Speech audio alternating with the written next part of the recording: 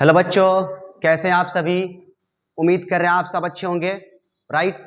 तो पॉलिटी के इस सीरीज में हम लोग मूल अधिकार पढ़ रहे हैं और पिछले लेक्चर में हम लोग अनुच्छेद 12 और 13 को कंप्लीट किए थे, राइट ना।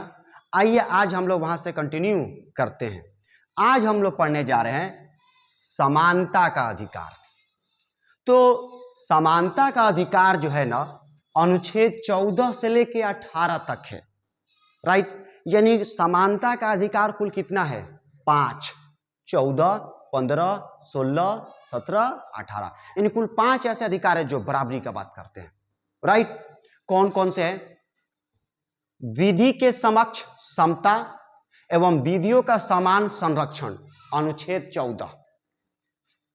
धर्म, मूलवंश, जाति, लिंग और जन्म स्थान के आधार पर विभेद का प्रतिषेध, अनुच्छेद 15।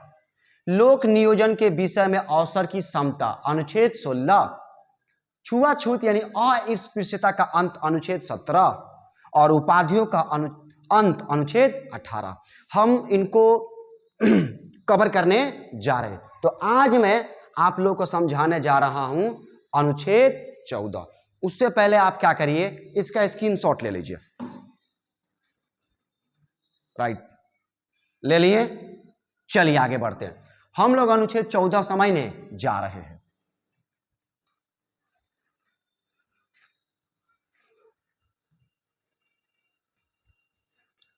अच्छे से समझिएगा, बहुत मजा आने वाला है।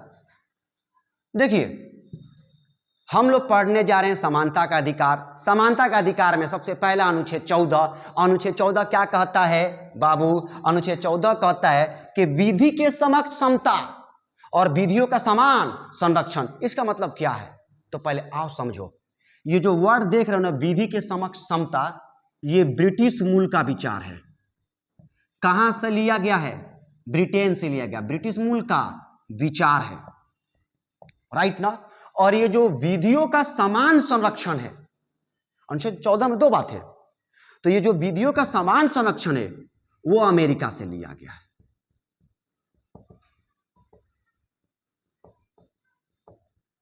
राइट ना। तो हम लोग सबसे पहले इसको समझेंगे कि विधि के समक्ष समता क्या कहता है। हम लोग समझने जा रहे हैं विधि के समक्ष समता। देखिए, विधि का मतलब होता है कानून, राइट। समक्ष मतलब सामने। तो आप सब बचपन में बॉलीवुड की फिल्म देखे होंगे जिसमें अदालत का सीन आता है, कोर्ट कचहरी का सीन आता है, और देखते हो एगो न्याय की मूर्ति का वीडियो दिखाता होगा। न्याय की मूर्ति देखे होंगे, आंख पे पट्टी बांधा रहता है, हाथ में तराजू लिए रहती है, एक हाथ में तलवार रहता है, देखे होंगे शायद आप लोग, राइट। तो वो न्याय की मूर्ति क्या मैसेज देती है, बात को समझिएगा। देखिएगा ना कि उनके हाथ में तराजू है। उस न्याय की मूर्ति के हाथ में क्या है? तराजू है। तराजू क्या मैसेज देता है? मैसेज देता है कि जो इंसाफ होगा, न्याय जो होगा, इंसाफ यानी जो जस्टिस होगा, वो एविडेंस के आधार पर होगा। एविडेंस के आधार पर न्याय की बात करता है। एविडेंस के आधार पर न्याय की बात करता है, राइट। इमोशंस पे नहीं जाएगा। एविडेंस लाओ, साक्ष्य लेकर आओ, उसके आधार पे बात होगी, ठीक है ना। तराजू आपने देखा होगा कि वो जो न्याय की मूर्ति है ना, उस न्याय के मूर्ति के आंखों पर पट्टी बांधा रहता है, ब्लैक कलर का पट्टी बांधा है। पट्टी बांधने का मतलब क्या? कि सामने वाला व्यक्ति कौन खड़ा है उसको कुछ पता ही नहीं है। आप प्राइम मिनिस्टर हैं कि रिक्शा वाला है, उसको कुछ पता है नहीं, वो तो देख ही नहीं रहा है। आप अमीर है कि गरीब है, देख ही नहीं रहा है। यानी उस पट्टी बांधने का मैसेज ये है कि उसके सामने सब क्या है? बराबर है, इक्वल है। आप अमीर हो, गरीब हो, पैसा वाला हो, उससे कोई मतलब नहीं है। आप कितनों खूबसूरत हो, उससे कोई फर्क पड़ने वाला नहीं है, सब बराबर है। क्योंकि उनको तो कुछ दिखाई ही नहीं दे रहा, वो बस एक ही मैसेज दे रही है, ठीक है ना। क्या? कि कानून के सामने सब क्या है? बराबर है। आंख पर पट्टी बांधा हुआ है ना, आंख पर पट्टी बांधा हुआ है, उससे कुछ पता ही नहीं चल रहा है कि सामने वाला व्यक्ति कौन है, प्राइम मिनिस्टर है कि रिक्शा वाला है, अमीर है कि गरीब है, धन बलशाली है कि कमजोर है, राइट ना, खूबसूरत है कि बदसूरत, उससे कोई मतलब नहीं है, सब समान है, सब समान है, राइट ना। यानी कानून के सामने सब लोग क्या है, बराबर है। यानी यहां से निकला कानून यानी विधि, विधि के सामने सब समान है, सब समान है। उम्मीद करते हैं न्याय की मूर्ति का बात समझ में आया होगा, वो क्या मैसेज देती है। तो देखिए वही बात आता है विधि के समक्ष समता, यानी कानून के सामने सब क्या है, बराबर है। कानून ये नहीं देखेगा कि आप गरीब हैं या अमीर हैं, उसके नजर में आप क्या है, बराबर है, राइट। तो इसको हम लोग समझने चल रहे हैं एक एग्जाम्पल के थ्रू। ये जो विधि के समक्ष समता है, इसको हम एक एग्जाम्पल के थ्रू आपको समझाना चाहते हैं। आइए समझिए एग्जाम्पल क्या है। एक मजदूर है और एक सॉफ्टवेयर इंजीनियर है। सॉफ्टवेयर इंजीनियर, मजदूर बेचारा दिन भर काम करता है तो महीना में तीन से 4,000 रुपया, मान लीजिए 4,000 रुपया पर मंथ कमाता है, 4,000 रुपया उसका पर मंथ है। और ये जो सॉफ्टवेयर इंजीनियर, इसका 4 लाख पर मंथ इनकम है, पर मंथ इनकम है। दोनों ने एक जुर्म किया, एक ही जुर्म किया, समान जुर्म किया, दोनों से एक जैसा जुर्म हुआ, जुर्म हुआ। जज ने क्या किया, दोनों पर जब एक जैसा जुर्म किए हैं तो एक जैसा कानून अप्लाई होगा। जज ने क्या किया, दोनों पर 2 लाख का जुर्माना लगा दिया। वो जो जुर्म किए, उस जुर्म के बदले में जज ने कितने लाख का जुर्माना लगाया, 2 लाख का। मतलब इस मजदूर को भी 2 लाख जुर्माना देना था और ये जो सॉफ्टवेयर इंजीनियर था इसे भी 2 लाख जुर्माना देना था। यानी यहां पे आप बताइए कौन सा प्रिंसिपल लागू हुआ है, विधि के समक्ष समता। जज ने ये नहीं देखा कि आप अमीर हैं आप गरीब हैं, दोनों के लिए समान कानून अप्लाई किया कि नहीं किया, किया। यानी यहां जो अप्लाई हुआ है वो हुआ है विधि के समक्ष समता। मतलब क्या, सब बराबर। क्लियर ना। उम्मीद करती हैं बात समझ में आएगा। विधि के समक्ष समता, कानून के सामने सब क्या है, बराबर। लेकिन अब एक बात आप बताइए, क्या यहां पर इंसाफ हुआ, क्या यहां पर इंसाफ हुआ। यह मजदूर बेचारा तो मर जाएगा, इसका 4,000 सैलरी ही है, पर मंथ कमाता है, अपने परिवार को खाए, मतलब उसमें से चलाना है उसको, तो मालूम चलेगा इसका 1,500-2,000 रुपया सेविंग ही होगा। तो अगर ये जुर्माना नहीं दे पाएगा तो इसका पूरा उम्र तो जेल में ही बीत जाएगा, और ये तो मजा मारेगा, तुरंत दे के बाहर हो गया, जुर्माना भर के बाहर हो गया। तो यहां पर इंसाफ हुआ, नहीं हुआ। इसके साथ क्या हो जाएगा, अन्याय हो जाएगा। मजदूर के साथ क्या हो जाएगा, अन्याय हो जाएगा। इसलिए यानी यहां से एक बात निकला कि, ध्यान देना बाबू, मोस्ट इंपॉर्टेंट बात बोलने जा रहा हूं यहां पर। यहां से एक बात निकला कि जो विधि के समक्ष समता है वो पूर्ण नहीं है। विधि के समक्ष समता जो है पूर्ण नहीं है, पूरा कंप्लीट नहीं है, पूर्ण नहीं है। इसलिए जानते हैं संविधान ने क्या किया है, इसलिए संविधान ने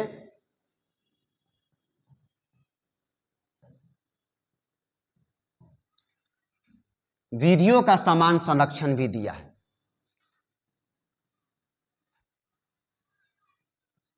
विधियों का समान संरक्षण भी दिया है। आपके मन में जागरूकता आ रही होगी, यार ये क्या चीज है। अब तो समझ में आ गया कि अच्छा, विधि के समक्ष समता कंप्लीट नहीं है, अधूरा है, तो उसके लिए संविधान ने क्या दिया है, विधियों का समान संरक्षण। तो हम लोग अब समझने जा रहे हैं विधियों का समान संरक्षण। उससे पहले आप क्या करिए, इसका स्क्रीनशॉट ले लीजिए, राइट ना, ले लिए। चलिए आगे बढ़ते हैं। अब हम लोग समझेंगे विधियों का समान संरक्षण। आइए देखिए, कितना इंटरेस्टिंग टॉपिक है ये, राइट। तो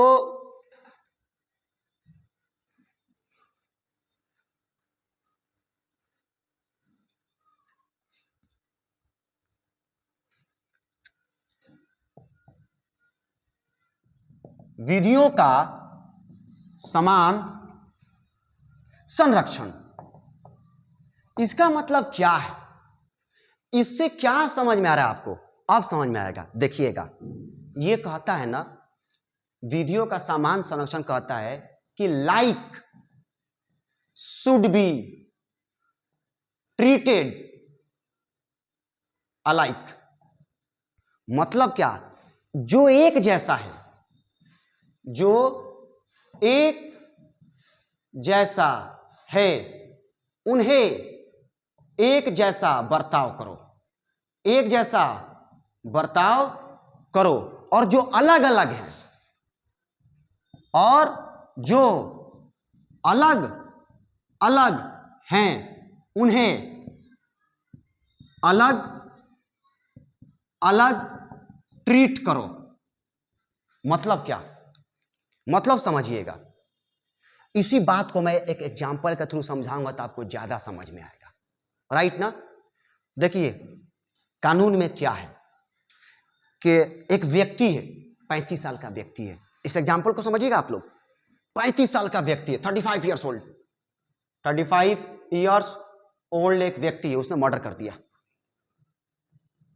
मर्डर कर दिया तो उसको आजीवन कारावास की सजा हो सकती है, आजीवन कारावास।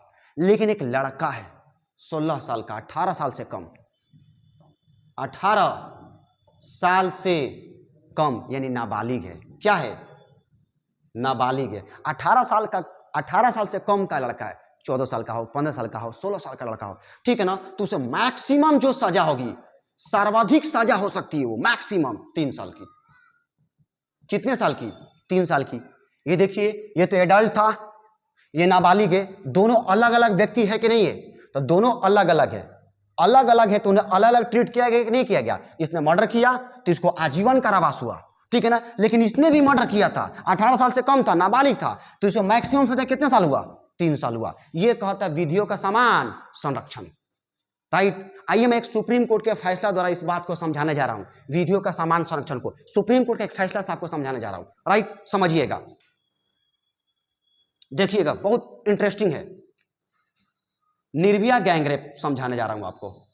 Nirbhaya gang rape. दिल्ली में एक लड़की का चलती बस में रेप हो गया। उस बच्ची का काल्पनिक नाम निर्भया था।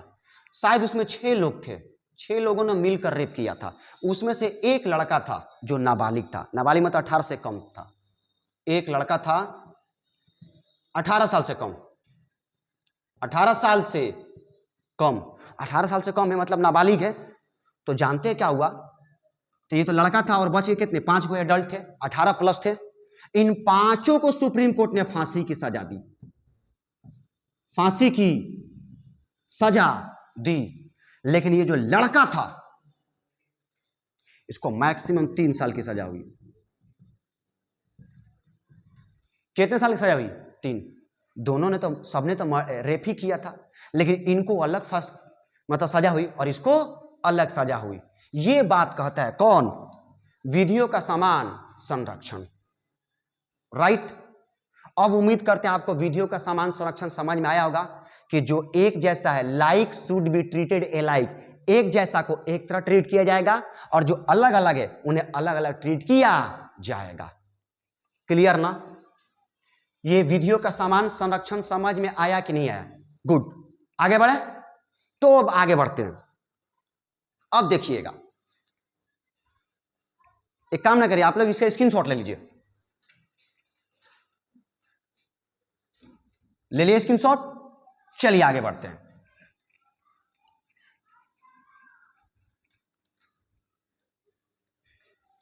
यहां से एक बात निकल के आया कि जो ये विधियों का समान संरक्षण है वो रीजनेबल डिस्क्रिमिनेशन की बात करता है। याद रखिएगा, युक्त युक्त भेदभाव की बात करता है। हिंदी में बोले तो युक्त युक्त।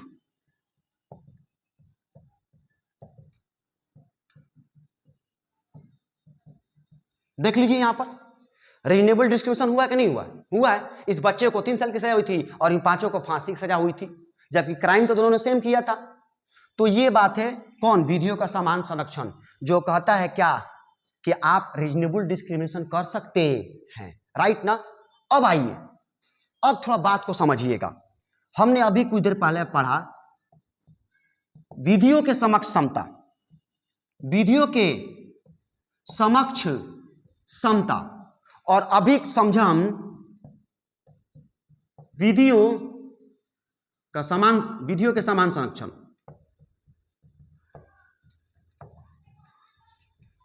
राइट ना। देखिए, ये जो विधियों के समक्ष समता नहीं, ये क्या कहता है? ये कहता है कि अनइक्वल ट्रीटमेंट नहीं होना चाहिए। समझा था ना शुरू में, कानून के सामने सब क्या है? बराबर है। किसी को भी अनइक्वल ट्रीटमेंट नहीं करना है। यह बताता है कि अनइक्वल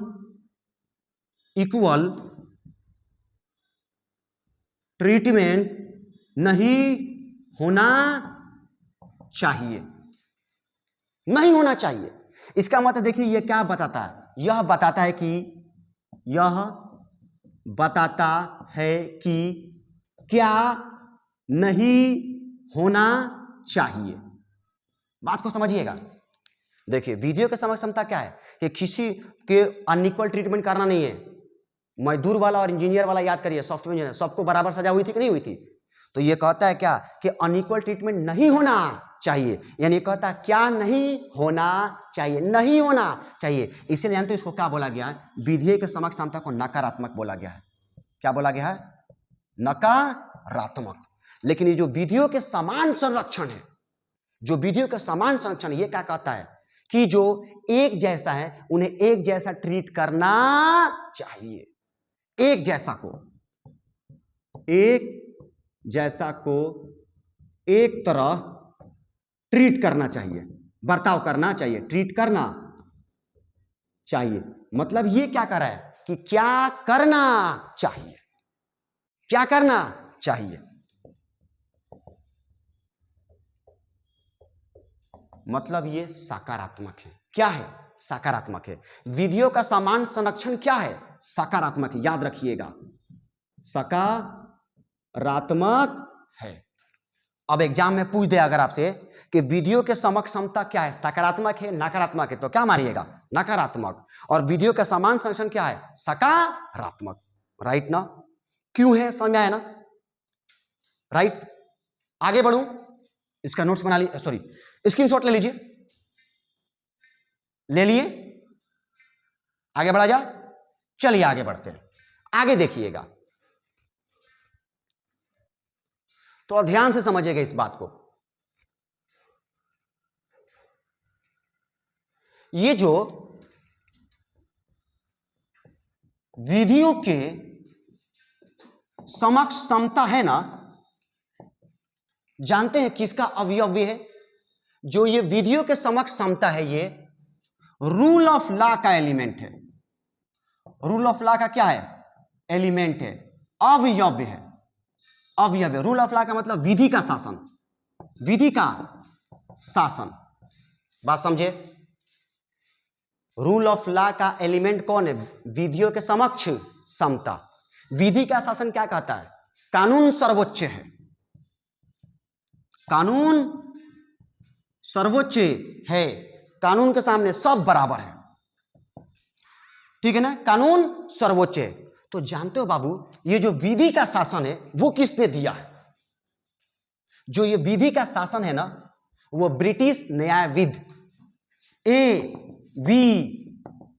डाइसी ने दिया है। याद रखिएगा। पहले बताइए, विधियों के समक्ष समता किसका अंग है, किसका अवयव है, किसका एलिमेंट है? रूल ऑफ लॉ, विधि का शासन का। विधि का शासन का जो कॉन्सेप्ट है किसने दिया है? A.V. डाइसी ने दिया है। विधि का शासन का मतलब क्या है? कानून सर्वोच्च है। राइट ना।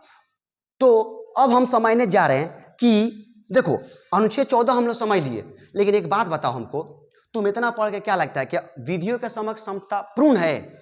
एक बात याद रखना, विधियों के जो समक्ष समता है वो कंप्लीट नहीं है, पूर्ण नहीं है, बल्कि इसके क्या है? अपवाद है। तो अब हम इसके अपवाद समझने जा रहे हैं। हम समझेंगे कि विधियों के जो समक्ष समता है उसके क्या क्या अपवाद हैं। राइट। उससे पहले आप लोग क्या करिए, इसका स्क्रीनशॉट ले लीजिए। तो हम अभी समझे कि विधि के जो समक्ष समता का नियम है वो पूर्ण नहीं है, बल्कि कुछ अपवाद है। ठीक है ना? वो अपवाद क्या है? अनुच्छेद 361 जो है ना, राष्ट्रपति या राज्यपाल को कुछ इम्यूनिटी दिया, छूट दिया है। क्या दिया है? अगर वो अपने कार्यकाल के दौरान कोई निर्णय लेते हैं या कोई फैसला लेते हैं, ठीक है ना, तो उस निर्णय या फैसला के लिए भारत के किसी भी न्यायालय में जवाबदेह नहीं होंगे कि आपने क्या डिसीजन लिया और क्यों लिया। इसका आंसर वो नहीं देंगे, चाहे राष्ट्रपति हो चाहे राज्यपाल हो। पहला बात। दूसरा बात, राष्ट्रपति हो या राज्यपाल हो, उनके खिलाफ जब वो ऑफिस में, मतलब क्या, जब वो अपने पद में है, पदौधी के दौरान किसी भी न्यायालय में कोई भी दांडी कार्यवाही शुरू या चालू नहीं की जा सकती है। ये दूसरा एक्सेप्शन। तीसरा, राष्ट्रपति या राज्यपाल जब अपने पदौधी के दौरान है तो उनके गिरफ्तारी या कारावास की प्रक्रिया प्रारंभ नहीं की जा सकती है। जब वो ऑफिस में, मान लीजिए आज कोई राष्ट्रपति या राज्यपाल बना, तो वो अपने ऑफिस में आ गए, राष्ट्रपति बन गए, तो राष्ट्रपति जब से बने और जब तक रहेंगे 5 साल के दौरान, उस बीच में आप उनके खिलाफ कोई ऐसी दांडी प्रक्रिया नहीं शुरू करवा सकते, उन्हें अरेस्ट करने की प्रक्रिया नहीं करा सकते, भारत के किसी भी कोर्ट में मुकदमा नहीं चला सकते। ये छूट मिला है। फिर चौथा बात समझिएगा, राष्ट्रपति या राज्यपाल अपने पर्सनल कैपेसिटी में कोई काम करते हैं, कोई कांड कर दिए, ठीक है ना, कोई कार्य के लिए, तो उसके लिए भी मुकदमा नहीं चलेगा। अगर आप मुकदमा चलाएंगे तो पहले 2 महीना पहले क्या दीजिएगा? नोटिस दीजिएगा। क्या दीजिएगा? नोटिस दीजिएगा। और ये कैसा होना चाहिए? दीवानी होना चाहिए। कैसा होना चाहिए? दीवानी होना चाहिए। राइट ना? आगे बढ़े। एक काम करिए, आप लोग इसका क्या ले लीजिए, स्क्रीनशॉट ले लीजिए। ले लिए? चलिए, अगला पॉइंट है, कोई व्यक्ति है जो संसद या राज्य विधानसभा के जो कार्यवाही होता है, जो सदन चलती है, उसका समाचार पत्र या रेडियो टेलीविजन में प्रकाशन करता है, तो उस व्यक्ति पर दीवानी या फौजदारी मुकदमा भारत के किसी भी न्यायालय में नहीं चलेगा। यह भी उनको क्या है? इम्यूनिटी मिली है, राइट, मुक्ति मिली है। यह भी आर्टिकल 361 में लिखा गया है, 361 क है शायद, ठीक है ना। अब देखिएगा, संसद या राज्य विधानमंडल में या कोई समिति में, कोई समिति मतलब क्या? संसद की समिति हो या राज्य विधानमंडल की समिति हो, उसमें संसद या राज्य विधानमंडल का कोई सदस्य कोई बात कहता हो या कोई मत देता हो, तो उस बात के खिलाफ या उस मत के खिलाफ न्यायालय में आप कार्यवाही शुरू नहीं करवा सकते हैं। उन्हें ये छूट मिली है, राइट। अगला पॉइंट है, कोई विदेशी राजा है, शासक है, राजदूत है, कूटनीतिक व्यक्ति है, उन लोगों को भी दीवानी और फौजदारी मुकदमा नहीं चलेगा, उन लोगों को भी छूट है, यानी उन पर आर्टिकल 14 अप्लाई नहीं होगा, अपवाद में आ जाते हैं ये लोग। और संयुक्त राष्ट्र संघ हो गया या संयुक्त राष्ट्र संघ की कोई एजेंसी हो गई, तो उन्हें भी यही अधिकार प्राप्त है। तो इस तरह हम समझे अनुच्छेद 14 और अनुच्छेद 14 के अपवाद। नेक्स्ट लेक्चर में हम लोग अनुच्छेद 15 पढ़ेंगे। मिलते हैं नेक्स्ट लेक्चर में।